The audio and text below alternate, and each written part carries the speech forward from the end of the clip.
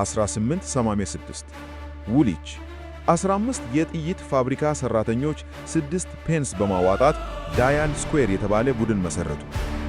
ብዙም ሳይቆይ ስማቸውን ወደ አርሰናል በመቀየር የመጀመሪያው የደቡብ እንግሊዝ ፕሮፌሽናል ክለብ ሆኑ። ይኸው ታላቁ ክለብ ተወለደ። የክለቡ ስታቲስቲክስ አስገራሚ ነው። 13 የሊግ ዋንጫዎች እና ክብረ ወሰን የሆነ 14 የኤፍኤ ካፕ ድሎች።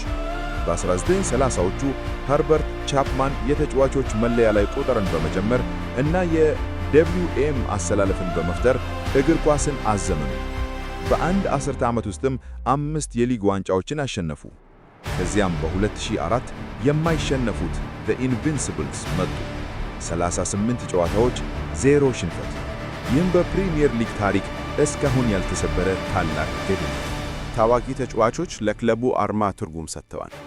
ዴቪድ ኦሌሪ ብዛት በመሰለፍ ቀዳሚ ሲሆን፣ ቲየሪ ኦንሪ በ228 ጎሎች የጎል ንጉሥ ሆኖ በብቸኝነት ይነግሳል።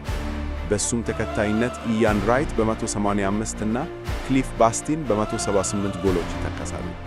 ከሃይበሪው ታሪካዊ ሰዓት እስከ 60,000 መቀመጫ እስከሚይዘው ኤሚሬትስ ስቴዲየም ድረስ መሪ ቃሉ ያው ነው፣ ቪክቶሪያ ኮንኮርዲያ ክሬሲት።